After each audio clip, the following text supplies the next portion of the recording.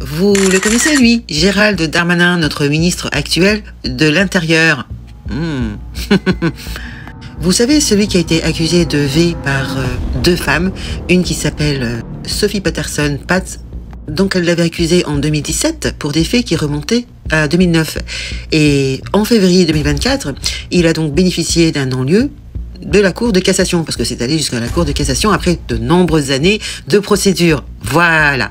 Donc l'idée, c'était donc en échange d'un logement, eh bien, tu passais à la casserole. Voilà l'idée. Mais tout ceci était bien entendu faux, d'après la justice française que nous connaissons bien. Il y a un livre qui sort, là, vous allez voir la vidéo, sur Monsieur Gérald Darmanin, par Anne-Sophie Tabé, qui est donc adjointe de la rédaction du Parisien, et ça fait plusieurs années qu'elle y est. Et oui, elle a donc coécrit un livre qui s'appelle Sexus Diabolicus. T'as compris ou pas? Rien que le titre, ça donne envie. La bave coule, hein.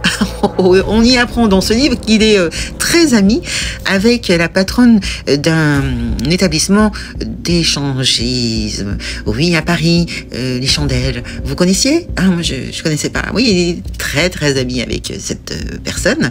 Et ce livre est sorti en 2022. Donc ce livre explore, si vous voulez, les relations de l'État, du pouvoir, avec le S. Oui, des choses très très croustillantes, hein. Alors, ce livre ne parle pas que de Gérald Darmanin, c'est tout le pouvoir, l'État.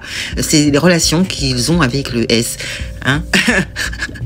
Ça intéresse quelqu'un? Je sais pas. Est-ce que c'est ça qu'on leur demande? C'est incroyable ça. Écoutez la vidéo, vous allez être surpris. Ah, c'est incroyable. On parle par exemple de Gérald Darmanin, accusé de viol et pour qui les juges ont à 2 reprises prononcé un non-lieu. On apprend dans votre livre par exemple qu'il est ami avec la patronne du club échangiste des Chandelles. Vous avez hésité à le mettre ça ou pas? Qu'est-ce que ça raconte de lui? On a eu envie de parler des Chandelles parce que les Chandelles, c'est un lieu emblématique du pouvoir, en fait. Hein. C'est un club échangiste. C'est un club échangiste où vont beaucoup les politiques. Avant, ils s'en félicitaient un petit peu. Maintenant, ils font un peu plus attention. Et effectivement, on parle de Darmanin et de Gérald Darmanin et des Chandelles parce que la patronne s'est autorisée à demander la réouverture après le Covid de son établissement en se revendiquant comme une amie de Gérald Darmanin. Vous revenez sur tous les propos sexistes qu'il a prononcés. On peut en citer quelques-uns. Marie-Pierre de la Gondry, qui est sénatrice PS, à propos du sort réservé aux migrants à Calais. Il lui dit: je me ferai un plaisir de passer une soirée, une nuit, une journée avec madame la sénatrice à Calais, à la rencontre des habitants. Aujourd'hui, il se rend compte que ces phrases, on ne peut plus les prononcer. Ils ont intégré ça, et lui en particulier, Gérald Darmanin, vous laissez entendre dans le livre, vous le dites d'ailleurs peut-être même assez clairement, que ça peut être un frein à son ascension aujourd'hui.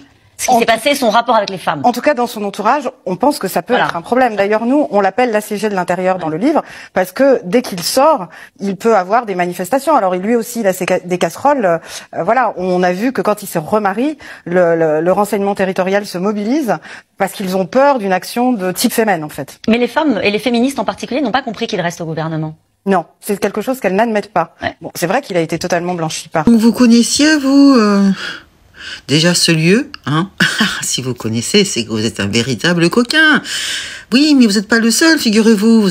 Vous pouvez y rencontrer donc des hommes de pouvoir, comme Gérald Darmanin, mais vous avez aussi Denis Baupin et d'autres noms un peu moins médiatisés. Donc vous avez des ministres, anciens ministres, des députés, des présidents de commission. Vous avez aussi des journalistes et des hauts fonctionnaires. Vous avez aussi des femmes, mais rarement au poste de pouvoir, hein. Mais il y en a. Donc Christine Tabé dénonce, mais elle montre aussi les mécanismes. C'est-à-dire qu'ils se protègent entre eux, hein.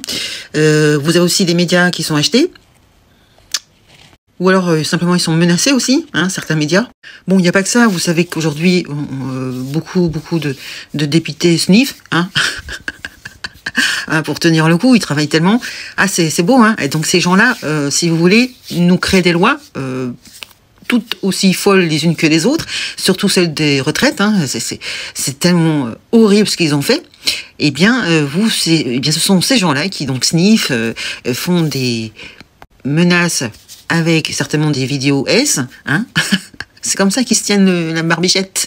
Voilà, dites-moi dans les commentaires ce que vous en pensez, partagez la vidéo, je vous dis à très bientôt. Salut les gueux, ciao.